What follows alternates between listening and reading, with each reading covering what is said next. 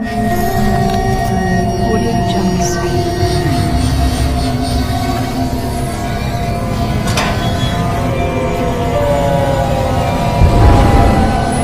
Audio Jungle.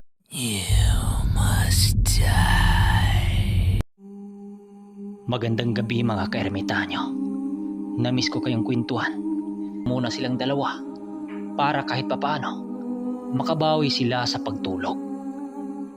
Pagising nilang dalawa ng tanghali, nasipat nila ang 3 tauhan nitong sinuli habang papalapit sa kubong kanilang tinutulugan.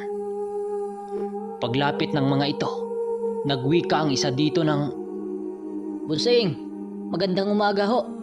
Kamusta ho ang lakad nyo? Nakadala ho ba kayo ng bihag?" Bungad sa kanya ng isa niyang handler ng mga manok. "O Nardo, magandang umaga din sa inyong 3. Kamusta ang farm? Habang wala ako rito, wala na bang nanggugulo?" Sagot ni Nuli sa mga ito. Nang marinig ang kanyang sinabi dito, sumagot naman ang nangangalang Miloy. "Wala naman boss. Simula nung naparito si Manong Doming, ni pusa nga walang pumasok dito." Sagot nito sa kanya. "Mabuti naman Miloy, Nardo. Oo nga pala, may ulam kaming dala kagabi. Tsaka lutong bihag na manok. Kunin nyo na lang kay Mayok. At saka bigyan nyo rin si Ambong ha." Wika niya sa mga ito. Nang marinig ng kanyang mga tauhan ang kanyang sinabi, tuwang-tuwa naman ito dahil sa kabaitan nitong sinuli sa kanyang mga handler. Pumunta ang mga ito sa mismong bahay ng kanyang ama upang kunin doon ang kanyang sinabi. Pagbalik ng mga ito sa kubong tinatambayan nila ni Manong Doming, napangisi naman si Manong Doming nang masipat nila itong si Nardo na may dala-dalang isang galon na tuba. "Oy, Nardo! Para saan ba yung dala-dala mo? Maaari bang mabawasan natin yan ng isang tagay?" Bungad ni Manong Doming sa 3 handler ni Nuli. Manong, saan pa ba? Iinumin natin to. Tamang-tama may bihag itong si Boss Nuli." Nang marinig ito ni Manong Doming, dali-dali naman itong kinuha ang kanyang tagayan na gawa sa kawayan. Nang makita ni Nuli itong si Manong Doming, pangisi-ngisi naman itong nagsalita ng, "Sige, kung usapang tuba lang, baka maghapon na lang hindi nyo pa mapapatumba yan." Wika niya sa kanyang mga tauhan habang masaya itong nagiinuman. Kahit nakaangat na sa buhay itong sinuli, kung ituring niya ang kanyang mga tauhan, para bang mga barkada lang niya ang mga ito. "Mga bata, oo nga pala. May regalo ako sa inyong 3. Alam niyo na kung ano." Wika ni Nuli sa mga ito. "Ano yun boss?" Sagot ni Nardo sa kanya. "Ano pa ba? Hindi manok." "Basta pag-igihan nyo lang ang gawain nyo rito sa manukan ko. Makakatanggap kayo lagi ng regalo galing sa akin. Oo, yung tag-iisang pares ng manok dyan sa pen, sa inyo na yan. Tag-isang babae at lalaki. Bali 6 yan ha. Basta paalala ko lang sa inyo. Kung gusto nyong umasenso sa buhay, hindi puro lang pagsasabong ang atupagin nyo. Paparamihin nyo yan para pagdating ng panahon, dumami yan. Gaya ko, marami na ring namimili." Udyok niya sa mga ito. "Oo boss, hindi namin yan makakalimutan. Kayo po ang inspirasyon namin kung bakit pinili namin ang ganitong landas." Sagot naman ni Nardo sa kanya. Nang matapos na nilang inumin ang tuba, nagsibalika na ang kanyang mga tauhan sa mga gawain nito sa kanyang farm. Mag-12 na rin kasi yun ng tanghali, kung kaya't oras na yon sa pagpakain sa mga alaga niyang medyo bata pa. Nang sila na lang dalawa ni Manong Doming na nakaupo, may dinukot ito sa bulsa. Nang makaluma nitong pantalon, ang isang libretang kulay itim na sa palagay niya sobrang luma na nito. Nang masilayan yun ng kanyang mga mata, napawika naman ito ng, "Ano? Ano yan?" Nagtatakang tanong niya rito. Ito. Ang libretang ito ay pamana sa akin ng maestro kong si Inko. Nandito ang kasaysayan ng lahi ng mga sungaw. Kung saan ito nagmula, halos 4 na dekada kong dala-dala ang libretang ito, Nole. Matapos sabihin yun ni Manong Duming, nag-umpisa na itong nagsalaysay patungkol sa nilalaman ng libreta nitong dala. Ayon sa ermitanyo, ilang siglo ang nakalipas, magmulang umusbong ang lahi ng mga sungaw na kinakatakutan ng mga antingerong sabungero sa Bacolod. Nagmula ang mga sungaw sa hanay ng mga manggagamot. Kasabay sa pag-usbong, noon ang mga mananakop sa Pilipinas. Kinain ng galit at kalungkutan ang mga puso nito nang mapagtanto ng mga manggagamot na sungaw na hindi nila kayang kontrolin ang digmaan. Napag-isip-isip nilang umanib sa demonyo upang makapaghiganti sa mga taong mapang-api sa ating lahing Pilipino. Sa madaling salita, ang kalaban ng mga ito noon ay ang mga dayuhang mga Hapon na walang awang pinagpapatay ang lahi nating Pilipino. Subalit pagkatapos daw ng digmaan ay nagpabilin pa rin ang mga ito na masama sa kapwa dahil hindi na nila kayang bawiin ang kanilang mga kaluluwa na isinanla sa demonyo. Kaya't nagpabilin ang mga itong masama upang gumawa ng karahasan sa mundong ibabaw. Pero daw dahil sa mga ermitanyong biglang nagsilitawan sa buong Negros, unti-unting nawala ang mga karahasang pangyayari na kagagawa ng mga sungaw. Dahil pinarusahan daw yon ng mga malalakas na ermitanyo na pinagsamang mga batikang antingero. Bagamat napatigil ng mga antingero ang kasamaan ng mga ito, hindi nila akalain sa paglipas ng panahon na gagamit ng mga ito ang kanilang kakayahan para gamitin sa makabagong sibilisasyon. Hanggang sa paglipas ng panahon ay napamana ng mga sungaw ang kanilang kakayahan nang siyang ginamit ng mga lahi nila para gamitin sa labanan ng tigbakay. Subalit ayon kay Manong Duming, kapag nagawa mong natalo ang isa sa mga ito, ay maghanap yun ng paraan para malaman din ng mga ito ang iyong sekreto. Kapag hindi ito makaganti sa iyo, maaring humantong sa pambabarang nang siyang ikinamatay ng dalawa niyang kaibigan ni Manong Duming. Dahil isa sa mga ito ay nagtatanga ng agimat na galing sa isang garuda, subalit ang kaalaman ng kaibigan niyang yon ginamit sa kalukuhan. Paminsan-minsan daw, nung unang napabagsak nila ang grupo ng mga sungo sa labanan ng Sabong, pinagkakansyawan ng kanyang mga kaibigan at pinahiya sa mga tao. Kaya't 1 linggo lang ang nakalipas, nabalitaan na lang niya na pumanaw na ang dalawa niyang kaibigan. Kaya't napag-isip-isip noon ni Manong Duming na tumalikod sa kanyang pamilya upang mag-aral ng lihim na karunungan na galing sa ermitanyo upang magawa niyang makontra ang mga sungaw. Subalit nang tumagal siya sa poder ni ermitanyong Inko, ipinaliwanag nito sa kanya na kasalanan din naman daw ng kanyang mga barkada dahil kung hindi nila inapak-apakan ang pagkatao ng mga sungaw na yon, hindi sila mapalagay sa ganong sitwasyon. Kaya't ang paghihiganti ni Manong Duming ay nabaling sa ibang nilalang. Nung nabalitaan ng kanyang maestro na mayroong pangkat ng mga aswang ang nanggagambala sa mga tao sa baryo nila, walang awa niya yung pinagpapatay ang mga aswang kapag namimiktima ang mga ito sa kanilang baryo. Dagdag pa ni Manong Duming, ang mga sungaw raw ay nakatira yon sa iisang baryo lang dahil ang kanilang lugar nababalot ito ng napakalakas na sabulag, kaya ang baryo nito naglalaho kapag umaga. Kapag ordinaryong albularyo lang ang mapadpad sa lugar ng mga sungaw, mapagkamalan pa nga na isang bakanting lupa lang ang kanilang nakikita dahil bukas lang ang buka ng baryo nito kapag kauri nila ang pumasok.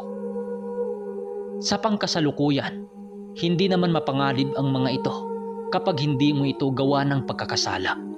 Ang tanging makabasag lang sa mga ganong sabulag ay ang mga ermitanyong merong napakalalim na aral. Dahil nga daw pinagsamang kanan at kaliwa ang tangan nito, kaya't hindi ito basta-bastang makontra ng isang antingerong sabungero dahil ang mga ninulo nito lumalaban yun sa digmaan laban sa mga albularyo. Nang marinig nitong sinuli ang salaysay ni Manong Duming, tila ba ang tubang kanyang ininom, naging pawis lang yun sa kanya. Hindi kasi niya akalaing napakalalim pala ang pinagmula ng mga sungaw. Sa pagpatuloy ng kanilang pag-uusap, bigla namang dumating sa kanyang manukan sila Guyo at Leroy at pansin nila na may dala itong tuba. Pagbungad nito sa kanilang kubo, nagwika ito ng, "Magandang umaga sa inyo. Bukas sa pangalawa may magaganap na sabong sa bayan ng Takuling. Ano, sasama ka ba sa amin?" Tanong nito sa kanya. "Aba, mukhang maganda yata yan. Pero mamaya na yan, tatagayin na muna natin yung dala mong tuba." Sagot naman dito ni Noli. Balita ko, dumayo raw kayo doon sa lugar nila Omar at wala daw batid ang pagpapanalo doon. Wika ni Guyo sa kanya. Swerte lang yun pre, kasi malapit ang birthday ko eh. Palihi lang ba? Sagot naman ni Noli kay Guyo. Yung sinabi ko sa'yo kanina sasama ka ba sa amin ni Leroy? Sunod na araw na yon. At dadalhin mo na ang lahat mong alam na agimat dahil ang lugar na yon, nandun nakatira ang mga bonggaitang sabungirong may mga agimat. At hindi lang yan, para masubukan mo rin ang lakas ng mga manok sa bandang silangan. Kadalasan sa mga sabungirong dumayo, mga malalakas, galing pa yun ng Cebu. Wika sa kanya ni Guyo. Nang marinig ni Manong Duming ang sinabi ng kaibigan ni Noli, patawa-tawa naman itong sumasagot ng, Kahit anong lakas ng manok mo kapag maunahan, wala rin. Gagapang pa rin ito na parang bulate. Bero lang. Kailan ba yan? Para naman mapaghandaan natin ang araw na yan. Wika ni Manong Duming. Sinagot naman sila ni Leroy ng, "Sa makalawa ho, Manong. May pista kasi sa lugar na yun eh." Sagot naman ni Leroy. Ganun ba? Walang problema yan. Sige, sasama ako sa lakad nyo. Baka sakaling may tuba doon. Wika ni Manong Duming sa mga ito. Tawa lang naman ang tawa itong sinuli dahil kapag nabalitaan ng matanda ang patungkol sa tuba, kahit nasaan pa ito, dadayo ito ng dadayo.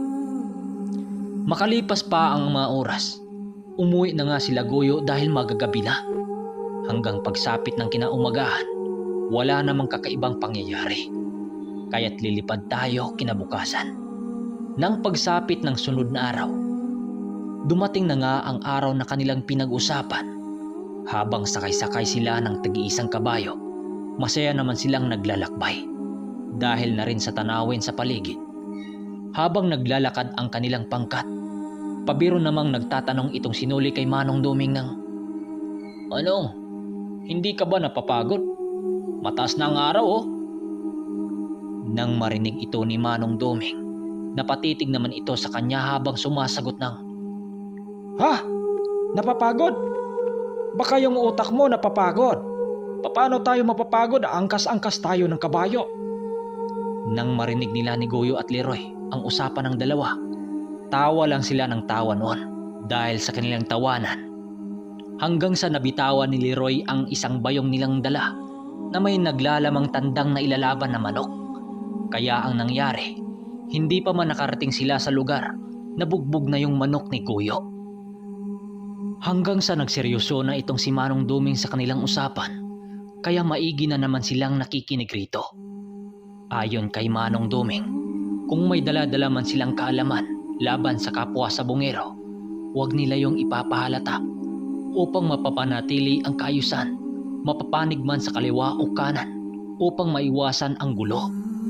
Ayon kay Manong Duming, yun ang kanilang dapat gawin upang magkaroon sila ng masayang samahan sa mga nilalang na likha din ng kataas-taasan. Pagkarating nila sa lugar na kanilang pupuntahan, nakita nila ang ibang mga taong nakasakay din sa mga kabayo. Indikasyon na kagaya nila, dayo din yon sa lugar. Ayon kay Noli, ang lugar na yon, halos purong manok ang makikita mo doon. Dahil na rin sa pag-usbong ng ilang breeder sa lugar na yon na mga negosyante din. Sa paglipas ng ilang minuto, halos mga sabungero lang ang makikita mo sa lugar. Magaman kinakabahan itong sinuling makasagupa ng mga sungaw, bigla naman mawala ang kanyang kaba dahil kasama naman niya itong si Manong Duming. Hindi siya pabayaan ito hanggat kasama niya ito sa lakad. Sa pagpasok nila sa lugar ng sabungan na yon, sa bungad pa lang ng git ay mayroon ng sumalubong sa kanila na mga sabungero. Binulungan siya ni Manong Duming na may karga yung tangan dahil hindi kasi yun ganun kaagresibo kung wala itong sinasandalang gamit. Ginoo, alam kong sabong ang punta nyo rito. Baka may natipuhan kayo sa dala namin. Wika ng isang lalaki na may hawak-hawak na manok. Itong si Manong Duming naman, nagwika lang naman ito kay Noli ng, Ikaw Noli, tingnan mo. Baka magkasing laki lang yan sa manok mo. Sayang naman. wika ni Manong Duming nang pabulong sa kanya. Subalit laking gulat nilang dalawa nang magwika ang lalaki ng, Oy, huwag na tayong maglokohan. Alam kong may mga karga kayo sa mga manok nyo. Na halos lahat ng mga tao rito ay may tangan-tangan na aral para sa labanan. Kaya bilisan nyo na para naman malaman namin kung gaano kalakas ang dala nyo. Paghamon nito sa kanila. Dahil sa kanilang naririnig, napangisi naman itong si Manong Duming dahil ang lugar pala na yon, nandun ang subukan ng agimat na gagamitin sa manok. Kumbaga, bukod sa pustahan ng malaking salapi, palakasan din yun ang karga sa katawan. Ayon pa kay Noli noon, ang kanyang suot-suot na kwintas, nagpaikot-ikot ito sa kanyang dibdib. Umiinit din ito, indikasyon na maraming nasagap itong enerhiya sa paligid na galing sa kaliwa. Hindi lang kasi agimat at bertod ang meron doon. Meron ding mga mutya at dasal na galing sa mga aswang. Bahala pa ni Manong Duming noon, meron din siyang nasipat sa paligid na hawak ng ilang sabungero ang isang manok na isang engkanto. Ang tawag sa ganong sandatang manok ay kakaw. Ito yung engkantong manok na kayang magpalahi sa ordinaryong manok. So punta tayo sa Far 29. Pakinggan natin ang magaganap doon dahil labanan ito nang may mga mutya. Buang ng iroan ni oy baning sa baa. Pagawsa ng iro.